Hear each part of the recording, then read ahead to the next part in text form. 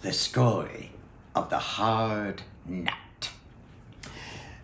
Pirlipat's mother was a king's wife, so that of course she was a queen, and Pirlipat herself was a princess by birth as soon as ever she was born. The king was quite beside himself with joy over his beautiful little daughter as she lay in a cradle, and he danced round and round upon one leg, crying again and again, "Hurrah, hurrah, hip, hip, hurrah! Did anybody ever see anything so lovely as my little Pirlipat?" And the ministers of state, and the generals, the presidents, and the officers of the staff danced about on one leg, as the king did, and cried as loud as they could, "No, no, never!" Indeed, there was no denying that a lovelier baby than Princess Pirlipat was never born since the world began. Her little face looked as if it were woven of the most delicate white and rose-colored silk. Her eyes were sparkling azure, and her hair all in little curls like threads of gold. Moreover, she had come into the world with 2 rows of little pearly teeth, with which, 2 hours after her birth, she bit the Lord High Chancellor in the fingers when he was making a careful examination of her features, so that he cried, "Oh, Gemini!" quite loudly. There are persons who assert that "Oh Lord" was the expression he employed, and opinions are still considerably divided on this point. At all events, she bit him in the fingers, and the realm learned, with much gratification, that both intelligence and discrimination dwelt within her angelical little frame. All was joy and gladness, as I have said, save that the queen was very anxious and uneasy. Nobody could tell why. One remarkable circumstance was that she had Pirlipat's cradle most scrupulously guarded. Not only were there always guards at the doors of the nursery, but over and above the 2 head nurses close to the cradle, there always had to be 6 other nurses, always had to have a cat on her lap. It seemed a rather funny thing, which nobody could understand, why they each had a cat on her lap, and to keep on stroking it all night long, so that it would never stop purring. It's impossible you, my reader, my dear reader, should know the reason of all these precautions, but I do, and shall proceed to tell you at once. Once upon a time, many great kings, many great princes were assembled at Pirlipat's father's court, and very great doings were afoot. Tournaments, theatricals, state balls were going on the grandest scale, and the king, to show that he had no lack of gold and silver, made up his mind to make a good hole in the crown revenues for once, and launch out regardless of expense. Wherefore, having previously ascertained privately from the state head master cook that the court astronomer had indicated a propitious hour for pork butchering, he resolved to give a grand pudding and sausage banquet.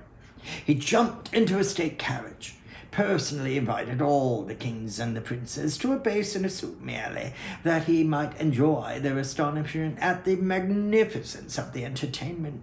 Then he said to the queen very graciously, "My darling, you know exactly how I like my puddings and sausages."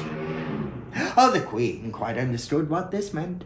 It meant that she should undertake the important duty of making the puddings and the sausages herself, which was a thing she had done on 1 or 2 previous occasions. So the Chancellor of the Exchequer was ordered to issue out of straw the great golden sausage kettle and the silver casseroles. A great fire of sandalwood was kindled. The Queen put on her damask kitchen apron, and soon the most delicious aroma of pudding broth rose steaming out of the kettle. The sweet smell penetrated into the very council chamber. The king could not control himself. "Excuse me a few minutes, my lords and gentlemen," he cried, rushed to the kitchen, embraced the Queen, stirred in the kettle a little with his golden sceptre, and then went back, easier in his mind, to the council chamber. The important moment had now arrived when the fat had to be cut up into little square pieces and browned on silver spits. The ladies-in-waiting retired, because the Queen, from motives of love and duty to her royal consort, thought it proper to perform this important task in solitude. But when the fat began to brown, a delicate little whispering voice made itself audible, saying, "Give me some of that, sister. I want some of it too. I am a queen as well as yourself. Give me some." The Queen knew well who was speaking. It was Dame Mousewink, who had been established in the palace for many years. She claimed relationship to the royal family, and she was queen of the realm of Moussolia herself.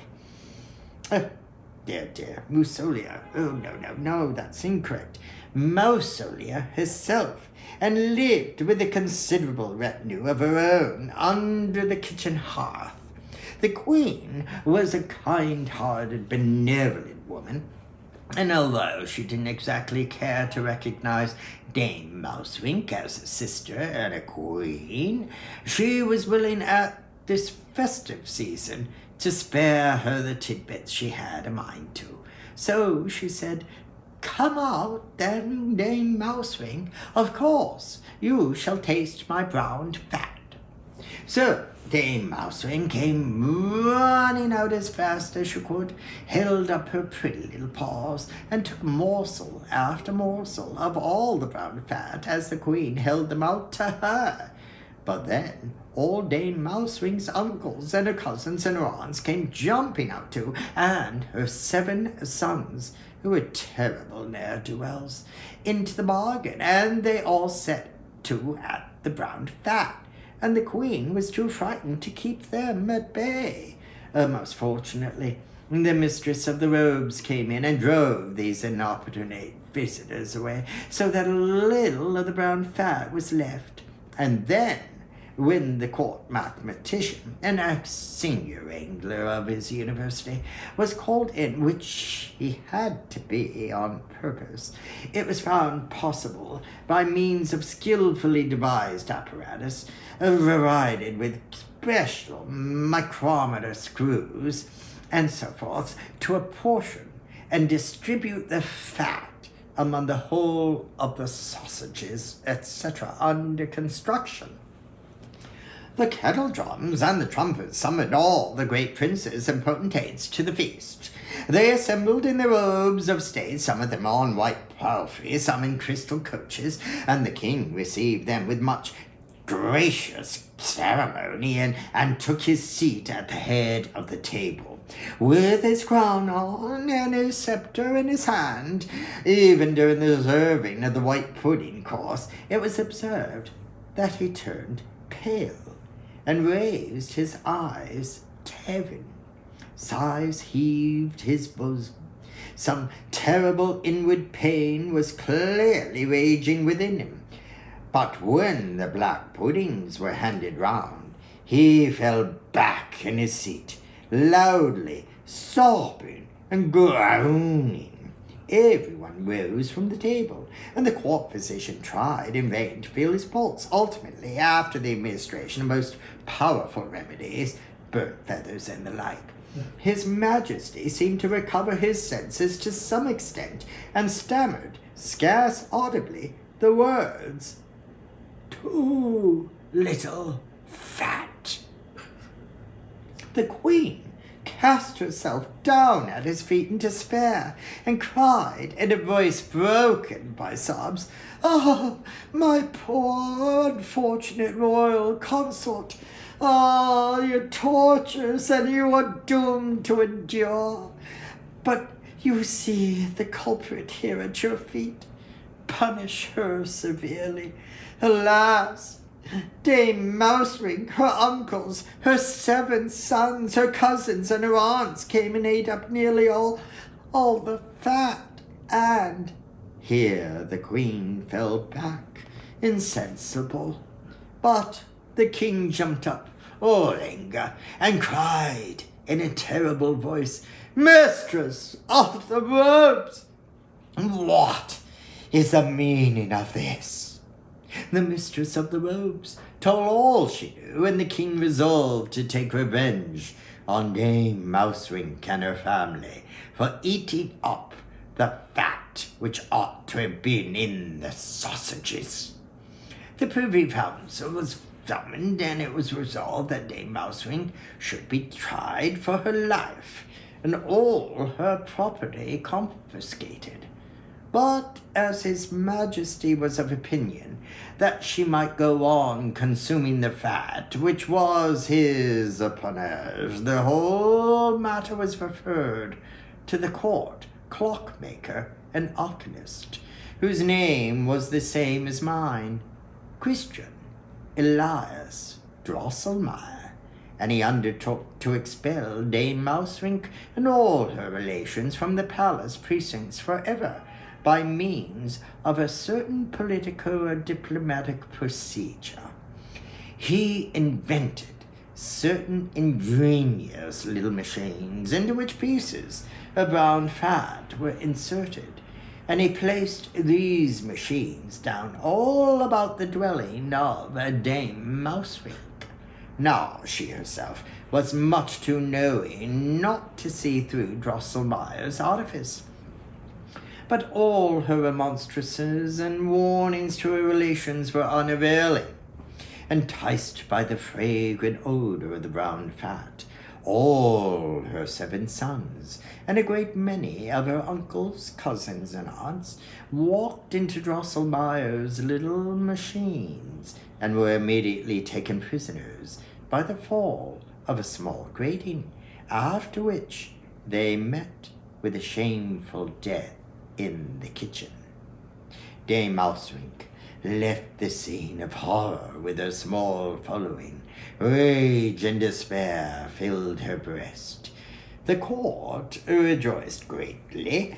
The Queen was very anxious because she knew Dame Mouserink's character, and knew well that she would never allow the death of her sons and other relatives to go unavenged.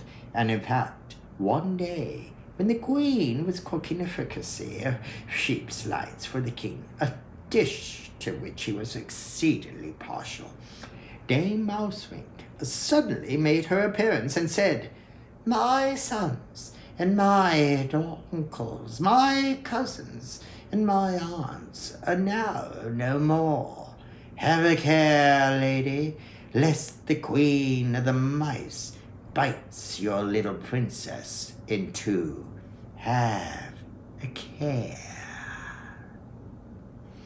With which she vanished, and was no more seen. But the Queen was so frightened that she dropped the fricassee into the fire. So this was the second time Dame Mouserink spoiled one of the King's favorite dishes, at which he was very irate. But this is enough for tonight. We'll go on with the rest of it another time, said Drosselmeyer.